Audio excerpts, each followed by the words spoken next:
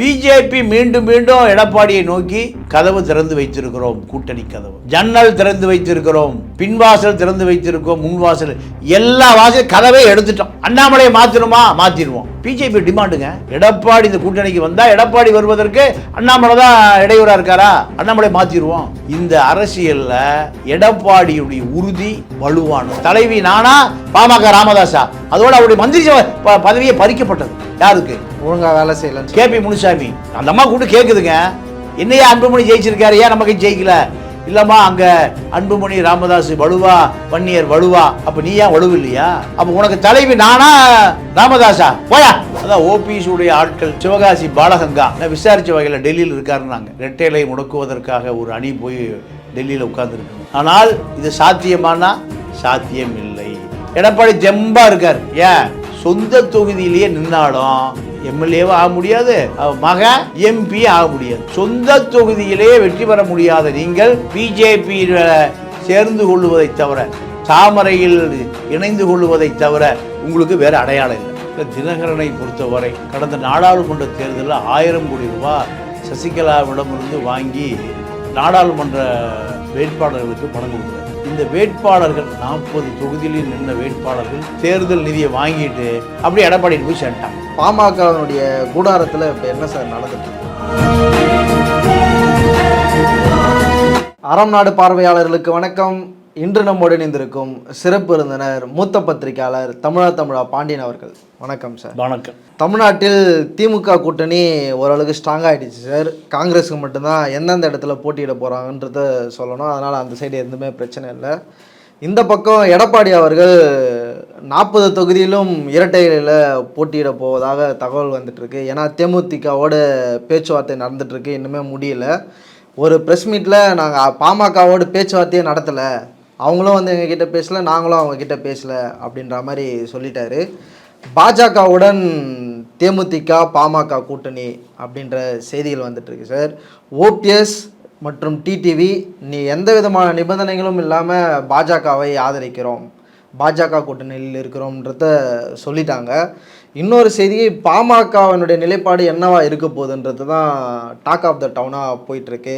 என்ன தகவல் வருதுன்னா, அப்பாவுக்கும் மகனுக்குமே சண்டை, அப்பா ஒரு பக்கம் அதிமுக கூட போகலான்னு சொல்கிறாரு, மகன் பாஜகவோட போகலான்றாரு, நீ கட்சிக்காக என்ன ஜெயிலுக்கு போக சொல்கிறியா அப்படின்லாம் கேட்டதெல்லாம் செய்திகள் வந்துட்டுருக்கு. என்ன சார் நடந்துகிட்ருக்கு? தமிழ்நாட்டில் கூட்டணி அரசியல்லாம் எந்த நிலையில் இருக்குது சார்? இல்லை, திமுக கூட்டணி உற்சாகமான கூட்டணியாக மாறி இருக்கு. தொடர்ந்து 2 தேர்தலில் வெற்றி, 2019 வெற்றி, 2021 வெற்றி. அப்போது அந்த கூட்டணி மாறவே இல்லை. அதுதான் வாக்கு வைத்திருக்கிற கூட்டணி. இந்த கூட்டணி தான் நீங்கள் நாடாளுமன்ற தேர்தல், சட்டமன்ற தேர்தல் இரண்டிலும் வெற்றி பெற்ற பிறகு அந்த கூட்டணியில் எந்த சலசலப்பும் எந்த சஞ்சலமும் இல்லாமல் அது தொடர்கிறது. அந்த கூட்டணியை உடைக்க வேண்டும் என்பதற்காகத்தான் எடப்பாடி பிஜேபி கூட்டணியை உடைத்து கொண்டு வெளியே வந்தார். பாஜக நம்ம கூட இருக்கிறதுனால தான் கம்யூனிஸ்டுகள் வரமாட்டேன்றாங்க, விடுதலை சிறுத்தைகள் வரமாட்டேன், காங்கிரஸ் வரமாட்டேன்ற எண்ணம் அதிமுக இருந்தது. அப்போ பிஜேபி கூட்டணியை உடைச்சிட்டு வெளியே வர்றதுக்கு காரணம் திமுக கூட்டணியை உடைக்கணும் தான். அப்போ உடைத்து கொண்டு வெளியே வந்த பிறகும் எடப்பாடியுடைய முயற்சி பலனளிக்கவில்லை. ஏன் பலனளிக்கவில்லைன்னா, பிஜேபி மீண்டும் மீண்டும் எடப்பாடியை நோக்கி நீங்கள் கதவு திறந்து வைத்திருக்கிறோம், கூட்டணி கதவு, ஜன்னல் திறந்து வைத்திருக்கிறோம், பின்வாசல் திறந்து வைத்திருக்கோம், முன்வாசல், எல்லா வாசல் கதவை எடுத்துட்டோம். அதனால் அண்ணாமலையை மாற்றணுமா, மாற்றிடுவோம். பிஜேபி டிமாண்டுங்க. எடப்பாடி இந்த கூட்டணிக்கு வந்தால் எடப்பாடி வருவதற்கு அண்ணாமலை தான் இடையூறாக இருக்காரா, அண்ணாமலை மாற்றிடுவோம், அண்ணாமலை மாற்றி டெல்லிக்கு அனுப்பிச்சிடுவோம். அப்போது பிஜேபி அதிமுக கூட்டணி 2வது இடத்துக்கு முன்னேற வேண்டும். இதுதான் டெல்லியினுடைய கணக்கு. இதற்காக அண்ணாமலை ஆட்ட பலி கொடுக்கறதுக்கு தயாராகிட்டாங்க. இந்த அரசியலில் எடப்பாடியுடைய உறுதி வலுவானது. மீண்டும் திமுகவுக்கு வலுவாக மாறுவதற்கு பிஜேபி கூட்டணியில் இருந்த காரணத்தினால் நீங்கள் அதிமுகவிலிருந்து ஜெயலலிதா இருந்த பொழுது இங்கே இருந்த கம்யூனிஸ்டுகள் இங்கிருந்த எல்லா கூட்டணியும் எங்கே போய் ஒட்டிக்கிச்சு, திமுக கூட்டணியில் போய் ஒட்டிக்கிச்சு. இதுதான் நீங்கள் அதிமுகவுடைய பலவீனம் என்பதை புரிந்து கொண்ட எடப்பாடி ஜெயலலிதா இருக்கிற பொழுது மோடியா லேடியான்னு சொல்லுகிற பொழுது இந்த கூட்டணி கூட இங்கே இருந்தாங்க, அதிமுக கூட்டணியில் இருந்தது. ஆனால் திமுக அப்போ எந்த சீட்டும் 37 சீட்டு அதிமுக ஜெயிச்சது.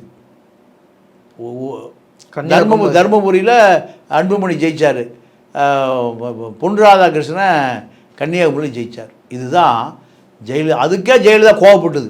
எப்படி அன்புமணி ஜெயிக்கலாம், எப்படி பொன் ராதாகிருஷ்ணன் ஜெயிக்கலான்னு. நீங்கள் இவர் கேபி முனுசாமி அதோட காணாமல் போயிட்டார். இல்லைம்மா பாமக, ஏய் உனக்கு தலைவர் தலைவி நானா பாமக ராமதாஸா, அதோட அவருடைய மந்திரி பதவியை பறிக்கப்பட்டது. யாருக்கு? ஒழுங்காக வேலை செய்யலன்னு கேபி முனுசாமி. அந்த அம்மா கூட கேட்குதுங்க, என்னையா அன்புமணி ஜெயிச்சிருக்காரு, ஏன் நமக்கு ஜெயிக்கல? இல்லைம்மா அங்கே அன்புமணி ராமதாஸ் வலுவா, வன்னியர் வலுவா, அப்போ நீ ஏன் வலுவு இல்லையா? என்னோட அவங்க வலுவா. அப்போ உனக்கு தலைவி நானா ராமதாஸா, போயா. இதெல்லாம் நடந்தது. அப்போது அதே போல் நீங்கள் கன்னியாகுமரியில் பச்சை மால் விரட்டப்பட்டார். இதெல்லாம் கடந்த கால அனுபவங்கள். இப்போ எடப்பாடி வரலாறை பின்னோக்கி பார்க்குறார். இவ்வளவு வலுவாக, அதாவது ஜெயலலிதா திமுகவை இடது கையில் கையாளுவேன்னு அந்த அம்மா சொல்லியிருக்கு. என்ன காரணம்? இது கூட்டணி பலம், கம்யூனிஸ்டுகள் பலம், சிறுத்தைகள் பலம், வைகோ அந்த கூட்டணியில் எல்லாம். அப்போ இப்போ எல்லாரும் கிளம்பி எங்கே போயிட்டாங்கன்னா திமுக கூட்டணியில் சேர வைத்ததே அதிமுக தான். ஏன் பிஜேபியோடு போயிடுச்சு, அவங்க நேரம் அங்கே போயிட்டாங்க. இப்போ இதை தாமதமாக உணர்ந்து கொண்ட எடப்பாடி பிஜேபி கூட்டணி வெளியேறிய பிறகு இவர்கள் திமுக கூட்டணி வெளியேற மறுக்கிறார்கள். திருமாவை கூட சொன்னார், உங்களுக்கு எத்தனை 3 சீட் வேணுமா தர்றேன், வந்துருங்க என் கூட. கம்யூனிஸ்டுகள் கூட சொன்னார், 2 சீட்டு உங்களுக்கு தர்றாங்க, நான் 3 சீட்டு தர்றேன் வாங்க. வேல்முருகனுக்கு 1 சீட்டு தர்றேன் வாங்க. கொங்கு ஈசோடு 2 சீட்டு தர்றேன். எல்லாம் ஏலம் விட்டு பார்த்தார். அந்த கூட்டணி அசைக்கவே முடியல. ஏன் அசைக்க முடியலனா, அவர்கள் பிஜேபி எதிர்ப்பு முகாம் என்பது திமுக தான் யார் முடிவு பண்ணிட்டா? நீங்கள் கம்யூனிஸ்டுகள், சிறுத்தைகள், முஸ்லீம்கள், கிறிஸ்தவர்கள், இப்படி அனைவருமே வைகோ உட்பட. இப்போது எடப்பாடி அவர்களுக்கு கூட்டணி பலம் இல்லைனாலும் தொண்டர்கள் பலத்தோடு நம்பி போகலான்ற முடிவுக்கு அவர் வந்துட்டார். வேறு வழி. ஆனால் இப்போ இரட்டை இலையை முடக்குவதற்கான வேலை திட்டங்கள்லாம் இருக்குது அப்படின்ற மாதிரி செய்திகள் வருது. அதான் ஓபிஎஸுடைய ஆட்கள். நீங்கள் சிவகாசி பாலகங்கா, நான் விசாரித்த வகையில் டெல்லியில் இருக்காருன்னாங்க. டெல்லியில் எனக்கு நண்பர் தான் அவர். என்னன்னா, இரட்டை இலை முடக்குவதற்காக ஒரு அணி போய் டெல்லியில் உட்கார்ந்துருக்கணும். ஆனால் இது சாத்தியமானா சாத்தியம் இல்லை. எடப்பாடி ஜெம்பாக இருக்கார். ஏன்? அவருக்கு நீதிமன்ற முன்னாள் தலைமை நீதிபதி சதாசிவம் அவர் தான் இவருக்கு ஆலோசகர். அப்போ சட்ட வல்லுநர்கள், சட்ட பாயிண்ட், சட்டத்தை கரைத்து குடித்தவர்கள் எல்லாம் யார் பின்னாடி இருக்காங்க? எடப்பாடி பின்னாடி இருக்காங்க. இங்கே உச்சநீதிமன்ற நீதிபதிகள் பூரா மோடி மேலே கோபமாக இருக்காங்க. இது ஒரு விஷயம் இப்போ நடந்துட்டு. ஏன்? இந்த நாடு ஜனநாயக பாதையிலிருந்து விலகுகிறது. யார் சொல்கிறா? உச்சநீதிமன்ற நீதிபதிகள்லாம் சொல்கிறாங்க. தேர்தல் ஆணையர் விலகி போகிறாரு, அருண் கோயல். ஏன் விலகி போகிற? ஆணையாளர், தேர்தல் ஆணையாளர் என்னை அச்சுறுத்துகிறார், விலகி போகிறார். யார் ஏன் அச்சுறுத்துகிறாரு? என்னை தவறாக வழி நடத்துகிறார். இப்போ இப்படி ஒரு சண்டையெல்லாம் வந்துட்டுருக்கு சீக்கிரட்டாக. இதெல்லாம் தினத்தந்தியில் வராது. அப்போது உச்சநீதிமன்ற நீதிபதிகள் இந்தியாவை காப்பாற்ற வேண்டிய ஆபத் பாந்தவர்கள். இப்போ அவர்களுக்கும் பிஜேபி அரசுக்குமான ஒரு மிகப்பெரிய நெருடல் போயிட்டே இருக்குது. இதனால் ரெட்டையிலை முடக்கணும்னு சொன்னாலுமே முடக்க முடியாது. 62 எம்எல்ஏக்கள் யார்கிட்ட இருக்காங்க? எடப்பாடிட்டு இருக்காங்க. தேர்தல் ஆணையம் ரெட்டையிலை கொடுத்து தான் ஈரோடு கிழக்கில் நின்னார். பொதுக்குழு உறுப்பினர்கள் பூரா 2500 பேர் எங்கே இருக்கான்? எடப்பாடி பின்னாடி. கட்சி அலுவலகம், வரவு செலவு கணக்கு, ஆனால் பூனா எல்லாம் எடப்பாடி டெல்லிக்கு அனுப்புகிறாரு. அவங்க எடப்பாடி அங்கீகரித்து விட்டால் முடிஞ்சு போச்சு. இதில் 1% அதிகார மையமாவது ஓபிசிட்டு இருக்கா? 0.00. இதுதான். அப்போ எடப்பாடியுடைய வலுவான அதிமுக ஆதரவு, ஓபிஎஸ்னுடைய ஆதரவு எங்கே இருக்குது? மலைக்கும் மடுவுக்குமான வேறுபாடு.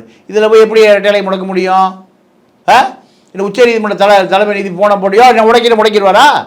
அப்போது முட்டாள்களுடைய வாதம் தான் இப்போ இரட்டை இலை முடக்கப்படுவார்கள்.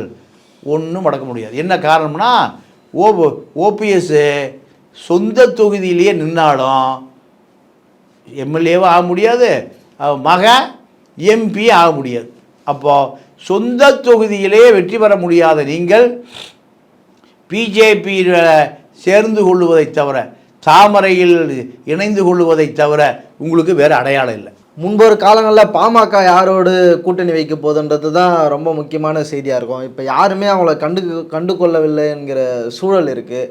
பாமகவினுடைய வீழ்ச்சிக்கு என்ன காரணம்? பாமகவினுடைய கூடாரத்தில் இப்போ என்ன சார் நடந்துகிட்ருக்கு? அது பாட்டாளி மக்கள் கட்சி பாசமுள்ள மகன் கட்சியாக மாறிப்போச்சு. கார்ப்பரேட்டு மனநிலை அன்புமணி, கார்ப்பரேஷன் மனநிலை அப்பா டாக்டர் ராமதாஸ். அப்போது பாட்டாளி மக்கள் கட்சியை வளர்த்தெடுப்பதற்காக பொட்டியை தூக்கிட்டு சபாரி சட்டையை போட்டுக்கிட்டு கிராமமாக போய் நீங்கள் 80களில் 90களில் பாமகவை வளர்த்தி நீரூற்றி ஆடு கடிக்காமல் மாடு கடிக்காமல் அந்த செடியை காப்பாற்றி மரமாக்கியவர் ராமதாஸ். 86 வயது ஆகிப்போச்சு ஐயா. நானெல்லாம் நமக்கு அந்த கட்சியில் இருந்தால் நமக்கெல்லாம் ஒரு ஐயா, சரியா? ஆனால் இன்றைக்கி இது எப்படி மாறி போச்சுன்னா, முழுக்க நீங்கள் வசதி படைத்தவர்கள், மாவட்ட செயலாளர்கள், மாநில அதிகாரத்தை வைத்து கொண்டிருப்பவர்கள் கட்சியாக மாறிப்போச்சு. அதனால் ஏழை எளிய உழைக்கிற வன்னியர்கள் பூரா வெளியேறி அதிமுக திமுக பக்கம் போயிட்டான். இதனால் இப்போ என்ன நடக்குதுன்னா, பாஜகவோடு உறவு கொண்டால் நாடாளுமன்றத்தில் தோல்வி அடைந்தாலும் ராஜ்யசபா சீட்டு கிடைக்கும், மந்திரி ஆகலான்னு நினைக்கிறாரு மகன். சிபிஐ கேஸு முடிஞ்சிடும், ஒன்றும் இல்லாமல் போயிடும். அப்பா என்ன நினைக்கிறாரு, எதிர்காலத்தில் பிஜேபியோடு சேர்ந்தால் நமக்கு அடையாளம் இல்லாமல் போயிடும், நமக்கு அடுத்து அதிமுக ஆட்சி வரப்போகுது, அதில் நம்ம கட்சிக்காரன் 10 பேர் எம்எல்ஏவாவது ஆவான். இது அவர் நினைக்கிறாரு. இதுக்கு நடுவில் அவன் யார் வெற்றி பெறுவது என்பது தான் இறுதி முடிவு. இதுதான் பாமகவுடைய நிலைப்பாடு. இப்போவுமே ராமதாசனுடைய பேச்சு பாமகவில் எடுபடுதா? இல்லை, பாமகவுடைய அடையாளம் யார்? பாமகனா ராமதாஸ், ராமதாஸ்னா பாமக. இதுதானே அரசியல் அடையாளம். நீங்கள் பழுத்த அனுபவம் அதுதான் அரசியலை வழிநடத்தும். மோடிக்கு ஆலோசகர் யாருன்னு கேட்டிங்கன்னா மோகன் பகாவத் நாக்பூரில் இருக்கார். அவர் சொல்லத்தான் மோடி கேட்கணும். மோடி தன்னிச்சை எதுவும் செய்ய முடியாது. ஏன்னா ஆர்எஸ்எஸ் இயக்கம் 1000 ஆண்டு காலமாக இந்த பார்ப்பனர்கள் தான் இந்துத்துவாவை நகர்த்தி கொண்டு வருகிறார்கள். பல ராஜாக்களை காணாமாகியிருக்கான், பல சாம்ராஜ்யங்களை காணாமாகியிருக்கான். அதே போல தான் இப்போ ராமதாஸுடைய அனுபவம் கேட்டுக்கொண்டால் அன்புமணிக்கு நல்லது. இல்லைன்னா அன்புமணியுடைய அரசியல் என்பது நீங்கள் ஒரு கார்ப்பரேட் அரசியலாகத்தான் போகும், ஓபிஎஸ் அரசியலாகத்தான் போகும், தினகரன் அரசியலாகத்தான் போகும். இதுதான் தொண்டர்களுடைய கருத்து. இப்போது இந்த அன்புமணி எடுக்க போகிற முடிவுனால பாமகவே உடையும் அப்படின்ற தகவல் இருக்குது. பல இருக்கிற எம்எல்ஏக்கள் முக்கிய பிரதிநிதிகளே திமுக அதிமுக பக்கம் கட்சியில் பேசிகிட்டு இருக்காங்கன்ற செய்தியெல்லாம் வந்துட்டு இருக்கு சார். அது நடக்குமா? அது எந்த அளவுக்கு சார் உண்மை? அது இல்லை, அதாவது பாமகவை பொறுத்தவரை அது ஒரு முழுக்க வன்னியர் ஓட்டு அந்நியருக்கு இல்லை. இதுதான் வாக்கு வங்கி. அப்போ இந்த வாக்கு வங்கி ராமதாஸ் குடும்பத்தினுடைய கட்டுப்பாட்டில் தான் அந்த கட்சி இருக்குது. நீங்கள் இந்த கட்சியிலேருந்து தீரன் வெளியே வந்தார், திமுகவுக்கு வந்தார். அப்போது திமுகவுக்கு வந்து அவரால் நிற்க முடியல. திருப்பி எங்கே போயிட்டாருன்னா பாமகக்கு போயிட்டார். இது போன்று தான். அப்போது ஆனால் அதுலேருந்து வெளியே வந்த வேல்முருகன் எம்எல்ஏவாக இருக்கார்ல சார்? எம்எல்ஏவாக இருக்கார். ஆனால் இப்போ பாமக வலுவாக இல்லை. அதனால் வெளியேறுகிற யாரும் நீங்கள் திமுகவில் இணைந்து கொள்ளலாமே தவிர எதிர்காலத்தில் பாமக அரசியலில் அவங்க திருப்பி நிற்க முடியாது. அதனால் அதற்கான விஷப்பரீட்சை யாரும் செய்ய மாட்டாங்கன்னு பாமக சட்டமன்ற உறுப்பினர்களை கருதுனாங்க. அதுக்கான வாய்ப்பு இல்லை. இப்போது ஓபிஎஸ் பற்றியும் பேசியாச்சு, பாமக பேசிட்டோம் சார். டிடிவி அவர்கள் கல்லை கட்டி கடலில் போட்டாலும் நான் பாஜகவுடன் கூட்டணியில் இருக்க மாட்டேன் அப்படின்னு பேசியிருக்காரு. இத்தனைக்கும் தனி கட்சி, தனி சின்னத்திலேயே வெற்றி பெற்றிருக்காரு, ஆர்கே நகரில் குக்கர் சின்னத்தில். இந்த நேரத்தில் போயிட்டு பாஜகவுடன் எந்த விதமான நிபந்தனைகளும் மற்ற கூட்டணின்னு சொல்லிட்டு சீட்டு கொடுத்தா தாமரை சின்னத்திலே நிற்க கூட தயாராக இருக்கிறாங்கன்ற மாதிரிலாம் செய்திகள் வந்துட்டு இருக்கு. எப்படி சார் பார்க்குறீங்க? இந்த கட்சி தான் வந்து அவரை கூட்டின்னு போயிட்டு பாமகவை கேப்சர் பண்ணுறதுக்கு சசிகலா டிடிவியை ஜெயிலுக்கு அனுப்பின கட்சி, அதை கூட மறந்துட்டு எப்படி சார் இந்த வேலை திட்டத்தில் இறங்குறாங்க அவங்க? இல்லை, தினகரனை பொறுத்தவரை நீங்கள் 4% வாக்கு வங்கிக்காக கடந்த நாடாளுமன்ற தேர்தலில் 1000 கோடி ரூபாய் சசிகலாவிடமிருந்து வாங்கி நாடாளுமன்ற வேட்பாளர்களுக்கு பணம் கொடுக்குறாரு. இந்த வேட்பாளர்கள் 40 தொகுதியிலே நின்ற வேட்பாளர்கள் நீங்கள் வெற்றி பெற்று விடுவார்கள்லாம் பேசப்பட்டது, பார்க்கப்பட்டது. நீங்கள் தங்க தமிழ்ச்செல்வன் எங்கே நின்றாருன்னா ரவீந்திரநாத் எதிர்த்து நின்னார். ஆனால் வெற்றி பெற முடியவில்லை. பல வேட்பாளர்கள் நீங்கள் தேர்தல் நிதியை வாங்கிட்டு அப்படியே எடப்பாடியில் போய் சேர்ந்துட்டாங்க. இதுதான் போன தேர்தல் நடந்தது. இது தினகரனுக்கு மிகப்பெரிய பின்னடைவு. அது மீண்டும் தேர்தலில் அவர் தேர்தலை சந்திப்பதற்கு அவர்கிட்ட நிதி இல்லை. நிதி கொடுத்தாலும் வாங்கின்னு போயிட்டு பாஜகவிலே அதிமுகவிலே சேர்ந்துட்டு போகிறாங்க. ஆமாம். அதனால் இந்த அமமுக ஆட்சிக்கு வருவதற்கான வாய்ப்புகளும் இல்லை. ஏதாவது கூட்டணி யாராவது சேர்த்தி கொள்வார்களா என்ற நிலையில் பார்த்தா கடை வைப்பார் ஒன்று கொள்வார் இல்லை. கடை வச்சுருக்க வியாபாரம் ஆகலை. அப்போது எதிர்காலம் என்ன? அங்கே இருக்கக்கூடிய அமமுக தொண்டர்களுடைய எதிர்காலம் என்ன? அப்போது எடப்பாடியும் சேர்த்துக்க மாட்டேங்கிறாரு. வேறு கூட்டணி கட்சிகளும் இவர் தலைமையில் போன முறை பல கமலஹாசன்லாம் இவர் கட்சியில் சேர்ந்தாங்க. இப்போ அது போன்ற வாய்ப்புகளும் இல்லை. தமிழக மக்கள் ஜனநாயக கட்சி, முஸ்லீம் அமைப்புக்கெல்லாம் ஷரீஃபெல்லாம் அவர் பின்னாடி சேர்ந்தாங்க. இப்போ அது போன்ற ஒரு கூட்டணி உருவாகுவதற்கு வாய்ப்பு இல்லை. அப்போ ஒரே வாய்ப்பு பாஜக தான். பாஜகவினுடைய தாமரை சின்னத்தில் நிற்பதை தவிர வேறு வழி இல்லை. ஓபிஎஸ்க்கு வழி இல்லை, டிடிவிக்கு வழி இல்லை. 2 பேரும் பாஜகவுடைய கதவுகள் தான் திறந்து வைக்கப்பட்டிருக்கு. இந்த கதவில் பயணிப்பதை தவிர சசிகலாவுக்கும் வேறு வழி இல்லை. ஏன்னா இப்போ சசிகலாவுக்கும் இப்போ அரசியலில் ஒரு அதிகாரம் வேணும் அந்த மாதிரி நினைக்குது. அப்போது 3 பேரையும் இணைத்து கொள்ளுவதை தவிர பிஜேபிக்கு வேறு வழி இல்லை. இதுதான் இந்த முக்கோண அரசியல். டிடிவி, சசிகலா, ஓபிஎஸ் 3 பேரையும் வைத்து எடப்பாடிக்கு ஏதாவது நெருக்கடி கொடுப்பதற்காக பாஜக முயலக்கூடும். அதற்காக இவர்களை பயன்படுத்தி கொள்ளலாம். இவர்கள் பயன்படுவார்கள். ஏன்னா தனக்கு 2 கண்ணு போனாலும் பரவாயில்ல, எதிரிக்கு 1 கண்ணாவது போகணும். எங்களிடமிருந்து ஆட்சியை கட்சியை எடப்பாடி கைப்பற்றி கொண்டார். அதனால் எடப்பாடிக்கு ஒரு அதிர்ச்சி வைத்தியம் கொடுப்பதாக இருந்தால் நாங்கள் 3 பேரும் பாஜகவில் சேர்றோம். இதுதான் இப்போ இந்த 3 பேருடைய அஜெண்டா. இதை செய்வதாக வாக்குறுதி அளித்தால் பாஜக 3 பேரும் எந்த விதமான நிபந்தனையும் இல்லாமல் பாஜக ஜோதியில் நாங்கள் சங்கமித்துக் கொள்கிறோம் என்று தான் 3 பேரும் தூது விட்டுருக்காங்க. இந்த 3 பேர் தூது எடப்பாடிக்கு ஒரு பெரிய வேது. எடப்பாடியை பொறுத்த வரைக்கும் பிஜேபி என்கின்ற ஒரு கட்சியிலிருந்து வெளியேறிய பிறகு இவர்கள் 3 பேரும் பிஜேபியில் இணைத்து கொள்வது யாரை பழிவாங்குவதற்கு? எடப்பாடியை பழிவாங்குவதற்கு. தான் வெற்றி பெற முடியாதுன்னு தெரியும். ஓபிஎஸும் ஜெயிக்க முடியாது, டிடிவியும் ஜெயிக்க முடியாது, சசிகலாவும் ஜெயிக்க முடியாது. ஆனால் 3 பேர் ஒன்று சேர்ந்தா எடப்பாடிக்கு ஒரு அச்சத்தை, ஒரு கிளியை ஏற்படுத்த முடியும் என்பதற்காக 3 பேர் நிபந்தனை இல்லாமல் கடலை தூக்கி போட்டாலும் சரி, ஆற்றுல தூக்கி போட்டாலும் சரி, குளத்துல போட்டாலும் சரி, ஏரியில் போட்டாலும் சரி, எங்கே வேணால் போட்டுங்க, எடப்பாடி எங்கே தள்ளி விட்ருங்க. இதுதான் இவர்களுடைய தேர்தல் கூட்டு தேர்தல் உடன்படிக்கை. அரங்கத்திற்கு வந்து பல்வேறு தலைப்பு ரொம்ப நன்றி. நன்றி, வணக்கம்.